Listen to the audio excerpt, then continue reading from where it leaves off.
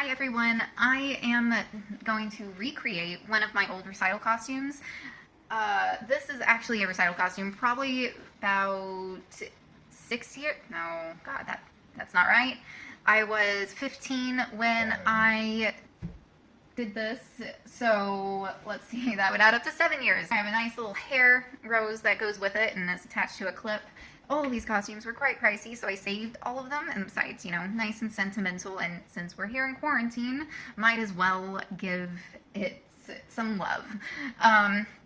Also, I don't really want to go anywhere and buy another costume. There's no reason to be spending money right now.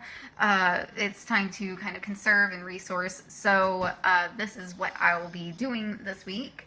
I won't be buying or thrifting any sort of costumes.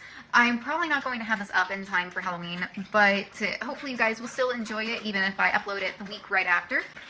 Here is the costume. It's quite cute, and I know it's a little unorthodox to recycle your childhood / adolescent costumes, but I didn't grow very much, and so why not?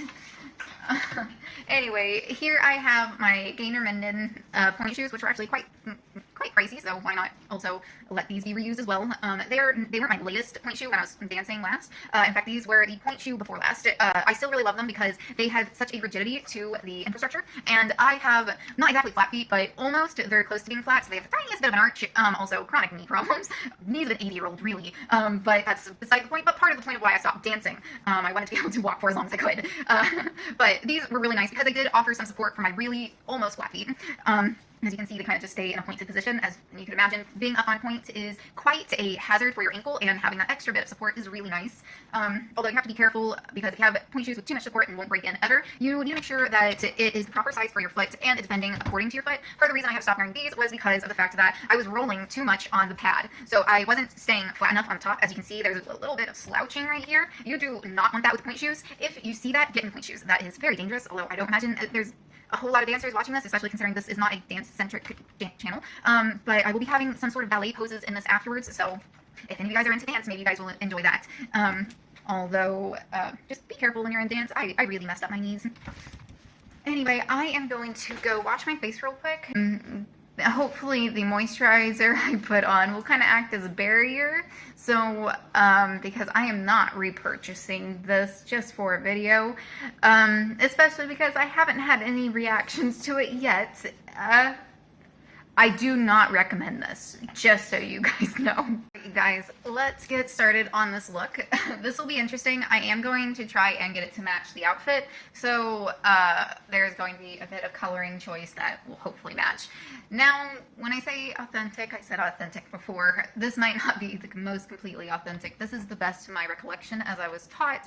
Whilst I did recitals, also I did live performances on stage, although those weren't ballet performances. I did performances for a magic show. At one point, I was the head choreographer and head dancer. I do think that sounds a little bit more qualified than it actually was. It was kind of a backwoodsy sort of magician show. It was just starting up, and they were looking for anybody that could help choreograph or come up with any sort of dance, and also just to be the dancer. So I became the head choreographer and head dancer purely because I was on there first. And my co-dancer actually was more qualified than I. She had been dancing for a lot longer. She helped me with a lot of the choreography later on after she joined. So I definitely want to attribute a lot of that to her. And excuse all my blemishes, I am only human and also probably not the best at taking care of my skin. Thought I was recording already, and apparently I wasn't. So here we go again, and just to catch you guys up a bit, I have started out to apply my pro paint. And I have already covered quite a bit of my face. I am trying to get as even a layer as possible. Now, oftentimes it wasn't really white face paint that was used. It was a very, very, very light foundation, which almost looked white, but was more blendable with like your natural skin tone, so you could blend it down your neck and really couldn't tell. Oftentimes ballet dancers didn't cover their bodies in any sort of all over makeup. That was usually just a costume, and then tights over the legs, which made it look like the legs were a different color. The point of All of it was to make you look as exaggerated as possible on stage, so everybody could see you in the back of the audience. And we didn't use white face paint in recitals usually. We would use just a very light foundation. Or your own foundation and a ton of highlighter and anything to accentuate your face. Also a lot of white powder, so you can add contrasting, basically artificial light to your face. Sometimes they would use bits of red right here in the creases to make it look like your eyes were bigger.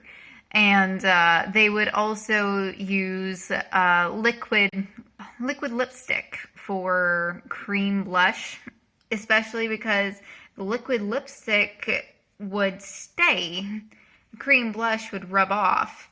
And when you're sweating and you are performing 5 to 10 numbers on stage and you are just under those hot lights, you are going to sweat. And your face is a place with a lot of sweat glands.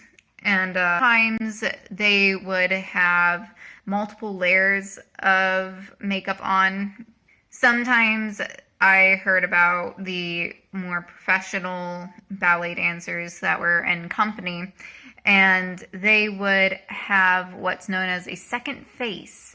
So they would apply one layer of face makeup and then use a very, very strong setting spray that's used in performance fields and you just spray it over your face, and then you apply a second application of makeup.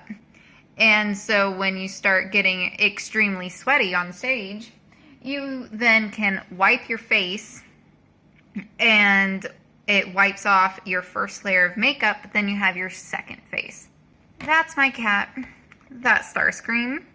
And yes, that is a transformer.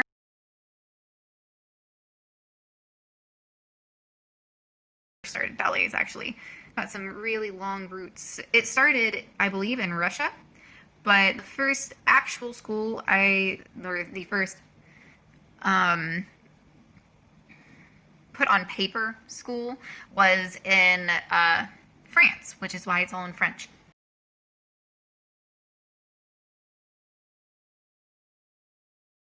Now, if you know makeup and are watching this, please don't pay attention to any of what I'm doing, because I don't know what I'm doing, and I basically have always just put on makeup the way I've either been told by people around me.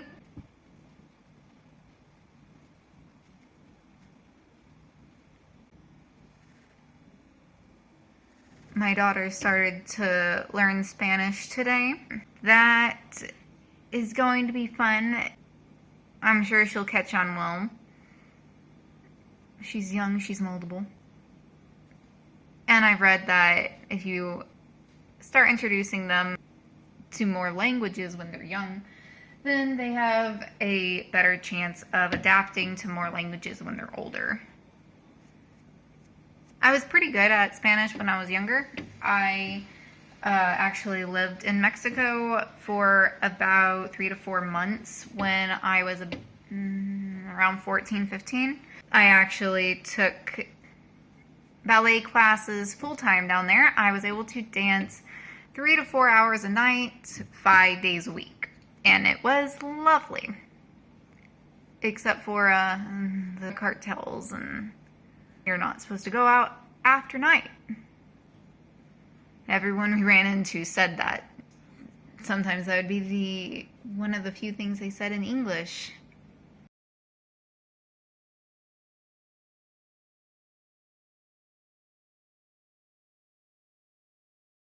I feel like I've applied it a million times to my nose. After I get this just a little bit more evened out, I can apply some powder and I'll just kind of set this in place. It is definitely a little cakey, but it's okay. It's just a white base. But also, if you were a dancer, then you wouldn't see this.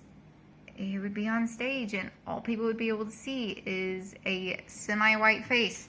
I'm going to use my fluffy brush and some white eyeshadow that I have in order to set this. I'm going to go in with a smaller brush. I have very sensitive eyes and it's really tricky getting around that. Just the paint being near my eye is starting to make it water. You should see me chopping onions. Hell, green onions. Even just green onions. Which, in case you aren't familiar with, that's basically chives. That is chives. Who cries chopping chives? My husband will just look at me and go, "You're so cute." And I just say, "Screw you." Yeah. I'm here just crying my eyes out, trying to make dinner. Also, if this turns out just a smidge grungy, it's Halloween, you know? Isn't it the time for grunge? Hell, you know what? I'm probably going to do a nice prissy look, and then maybe I'll dirty this up and make it more zombie-ish. That sounds like fun. Actually, it does sound like fun, destroying all my hard work. Well, just painting your face white and looking deep into your human eyes, just seeing the stark whiteness, it is kind of nightmare fuel. Having some really weird dreams lately, but actually that's not too out of the norm for me. I do have some very vivid dreams. It's part of the reason why I tend to stay away from scary things and scary movies. Although apparently that doesn't really ring true for comics, because there's a fair few webtoons that I am subscribed to that are just plain old horror and scary. So apparently it's just moving pictures that really freak me out. Oh, which reminds me, there's this one comic called Harangue's Nightmare. My God, is it freaky? This is not really the average webtoon. Usually when you click into an episode, it just is there. But when you get into this episode, you need to click on a link and it takes you to a web browser. And in that web browser, you just start scrolling and it's Harangue's Nightmare, the comic. Oh, I think the reason they do this is because they use 3D modeler images in this comic, and I think the format is too large to upload directly to Webtoon. Now we just have to try and replicate the other side, which is always fun.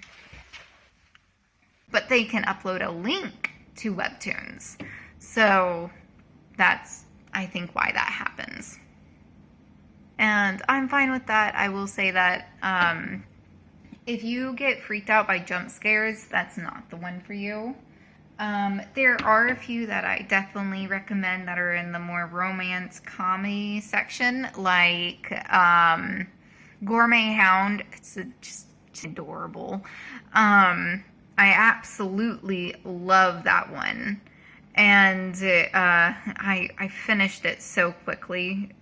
Well, I caught up really quickly, and then I think it was like another 2 months of just agonizing waiting in between each upload, which are usually weekly. So I was just getting one episode a week, which is painful. But you gotta deal for what you love, I suppose. And it eventually ended that way. And it had such a good ending. I'm not going to spoil it for you guys, but I highly recommend. And I will say, if you're like me and you don't like bad endings and you don't like sad things, then this is right up your alley. I'm going to be using just a smidge of this green I have, which this is Maybelline Eye Studio. I'm using this green. A lot of these videos, you are probably gonna just be seeing my bare ass face, because I legitimately do not wear makeup very often.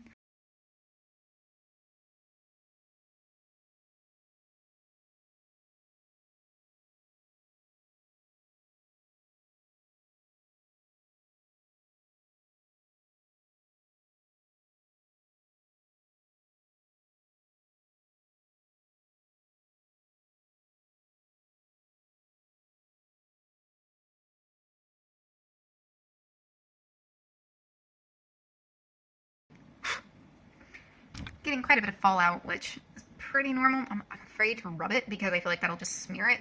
But then again, I'm still going to put on more color to my face, so even if it smears, oh, well, nice. I don't really see it.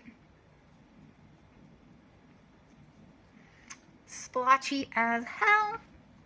Apparently my camera died, so I went ahead and took a break and did the rest of my eyes. Very exaggerated. I still need to do my brows. I'm actually just using this black eyeshadow and going over my brows with this fine brush.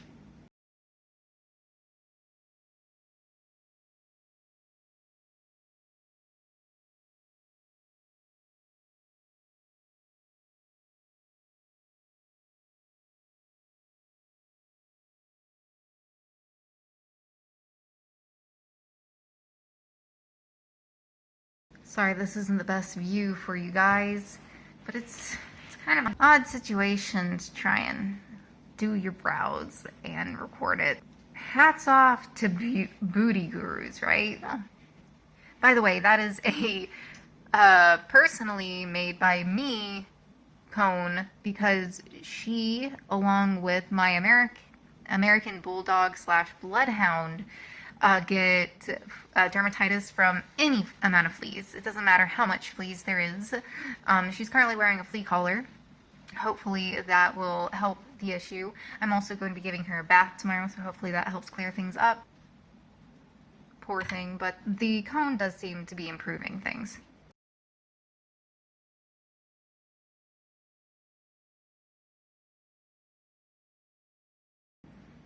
My brows are not at all symmetrical, and I mean that just as in how they are naturally. So I'll attempt to get these looking closer to twins, but as long as they're sisters, I'm good. You can probably see my left brow is quite a bit higher than my right brow, but there's nothing to be done about that. I will say that it's possibly due to the fact that I can only raise my right eyebrow. I don't know why. It just looks like I'm making a funny face. I'm trying to raise this eyebrow.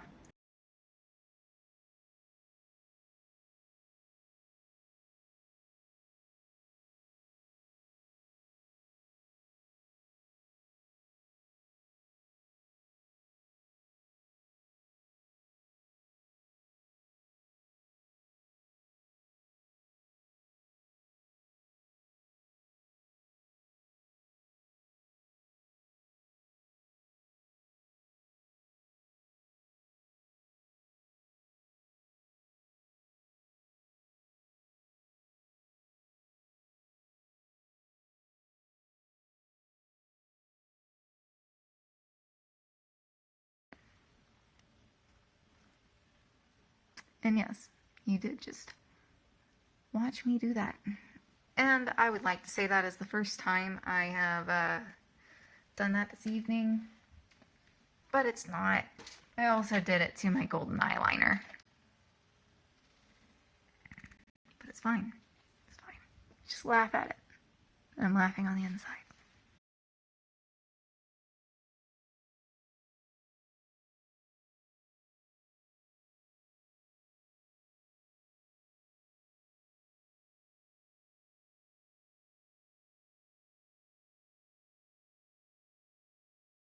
I don't put on lipstick all that often, in case you weren't realizing.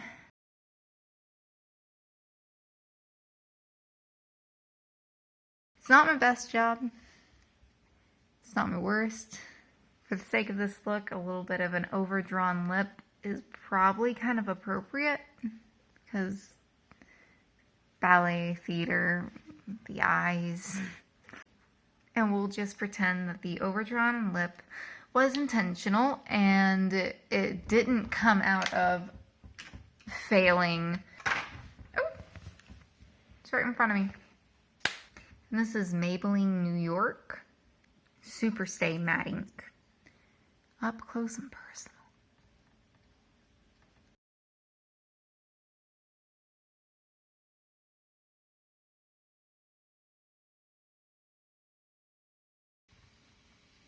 It's a pretty nice color.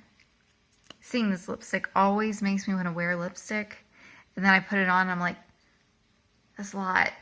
And then I either A, will leave it on for a very short amount of time and quickly work it off with a few tissues within a few hours, just because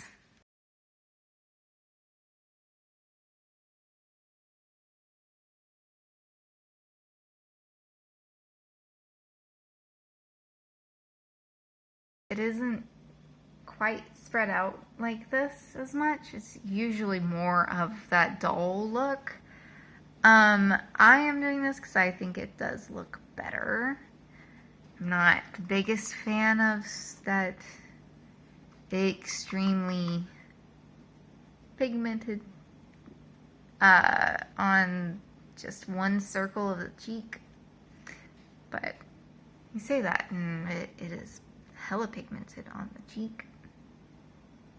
This is why stage makeup looks so weird up close. You have to exaggerate everything.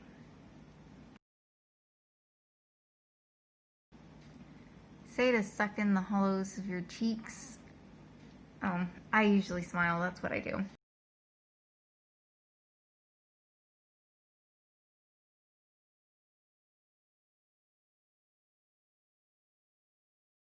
And the point of the makeup was definitely not to look pretty. It's to make your face show up on stage. Although I will say a lot of stage makeup nowadays is just exaggerated regular makeup. This is older stuff. Also, before, apparently, the stages were tilted. The seats were level. That's why it's called upstage and downstage.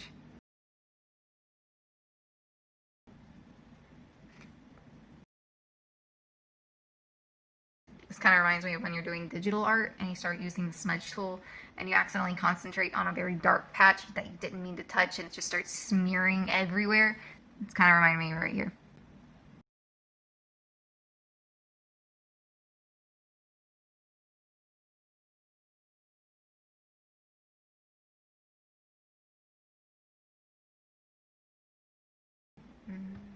It is going to bother me that it's just slightly asymmetrical. But that is that's okay.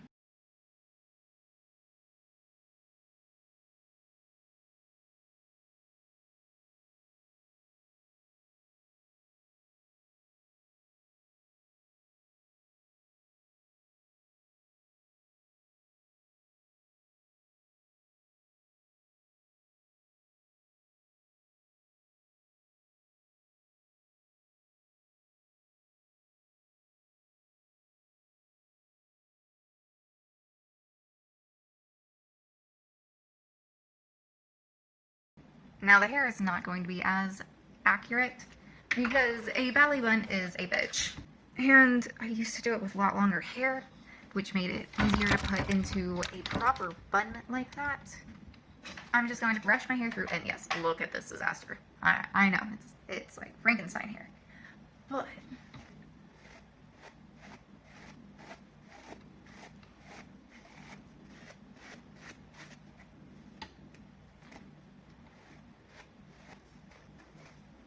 oh, I can feel the teasing that I put in. It's coming out.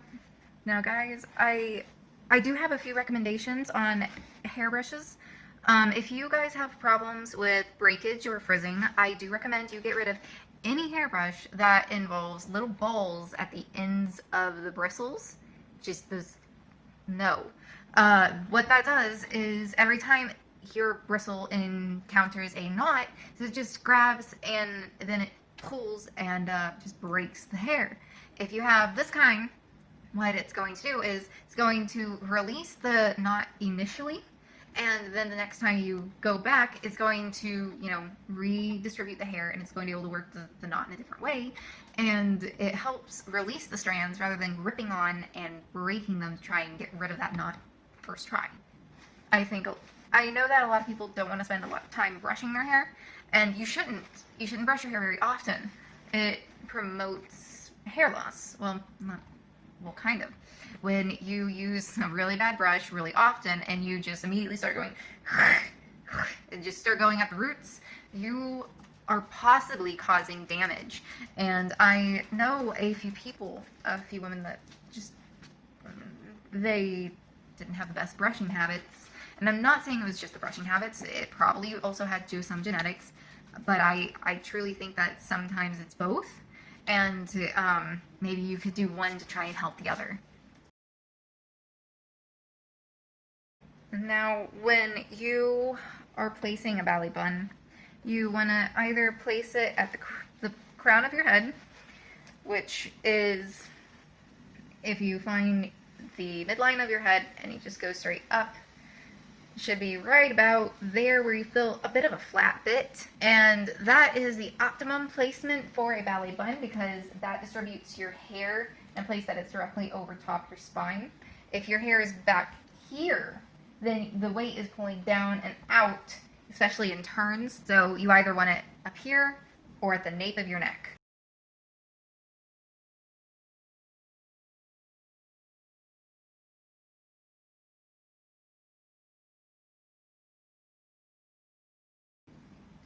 Now when you're doing a real ballet bun, you would basically shellac your hair. You would spray it down with hairspray and thoroughly saturate it. Oftentimes I would actually mousse my hair before starting to pull it back, so I'd thoroughly mousse it, or gel, sometimes gel too, and get all the flyaways and everything to become one cohesive helmet. And then I would deal with pinning my hair back. Then I would go in for another round of hairspray in order to finalize the product. Doing something much more simplistic. Hey, Rudy, that's enough. Don't lick the couch. Decent enough. Cute. Alright, I'm gonna get changed and I'll be back. Finished result. I hope you guys have enjoyed it. I'm going to include some pictures of me actually wearing the costume and the shoes and possibly doing a few poses. And I'm going to also try and Halloween it and include a few pictures of that as well at the end. I hope you guys had a good night, and if you guys enjoyed what you saw here, please like and possibly subscribe if you want to see this again.